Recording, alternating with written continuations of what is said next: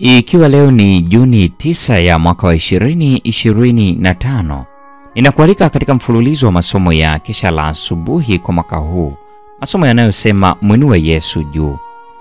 Leo tunaenda kujifunza mada inayosema Yesu alifundisha bidii ya kazi kwa mfano wake mwenyewe. Hebu tuombe. Lihimidiwe jina lako Baba yetu na Mungu wetu ketie mahali pa siri juu mbinguni. Tunasema asante kwa ajili ya siku njema ya leo. Tunasema asante kwa ajili ya ulinzi wako kwa afya yetu. Tunasema asante kwa ajili ya mibaraka ya pekee ambayo umeibariki katika shughuli zetu mbalimbali tunazozifanya. Jina lako takatifu litukuzwe. Nasi tumekuja miguuni pako asubuhi ya leo tukiomba uwepo wako uende pamoja nasi. Ukatusamehe dhambi zetu na ukatufanye tuitwe watoto wako wa kiume na wa kike.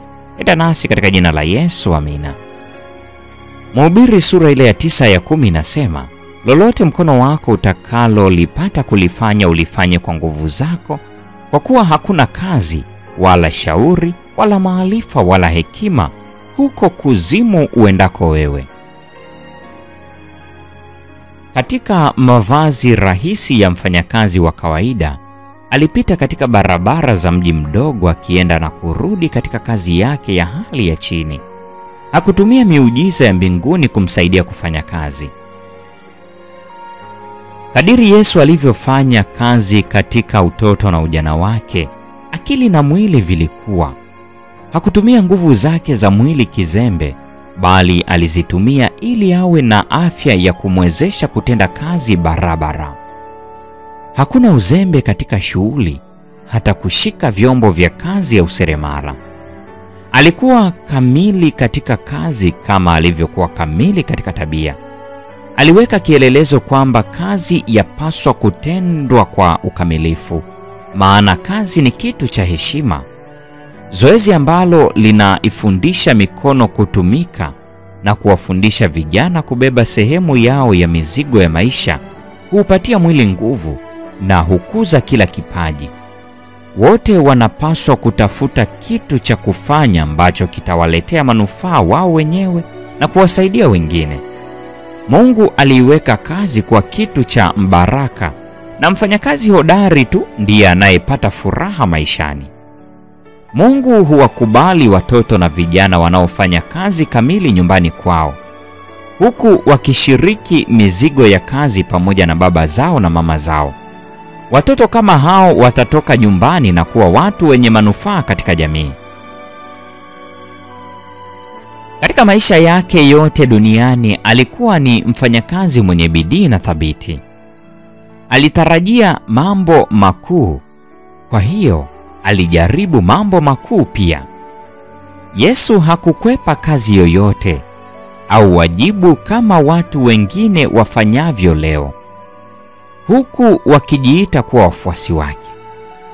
Kwa uhodari na nguvu, uthabiti na uwezo wa tabia ulioneshwa katika Kristo unapaswa kuendelezwa ndani yetu. Kupitia nidhamu ile ile aliyoidumisha na neema ile aliyoipokea ni kwa ajili yetu. Katika kazi yake Yesu aliifanya kwa uchangamfu na hekima. Inahitaji uvumilivu mwingi na ukomavu wa kiroho ili kuleta dini ya Biblia katika maisha ya nyumbani na kazini. Kubeba mzigo wa kazi za duniani na bado ukaendelea kufanya yote kwa utukufu wa Mungu. Hapa ndipo Kristo alikuwa msaidizi. Kamwe hakujazwa na masumbufu ya dunia kiasi cha kukosa muda au tafakari kwa mambo ya mbinguni. Kila mara Yesu alionyesha furaha ya moyo wake kwa njia ya kuimba zaburi na nyimbo nyingine za mbinguni.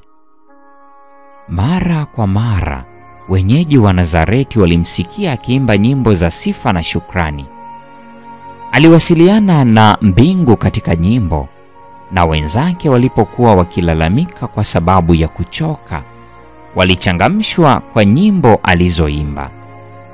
Kusifu kwake kulionekana kuwafukuza malaika waovu, na kama manukato kililifunika lile eneo kwa harufu nzuri. Akili za wasikilizaji wake zilihamishwa kutoka uhamishoni kwao duniani na kupelekwa nyumbani mbinguni. Tumaini la Vizazi Vyote sehemu ya kwanza, ukurasa wa 52 hadi 54. Kumbuka hii ni Juni 9, mada ikisema Yesu alifundisha bidii ya kazi kwa mfano wake mwenyewe. Na kwa nukta hiyo ndio tunakuwa tumefikia tamati ya tafakari ya somo hili siku ya leo. Neema ya Bwana wetu Yesu Kristo, pendo la Mungu na ushirika wa Roho Mtakatifu dumu kuwa nasi sasa na hata milele. Amina.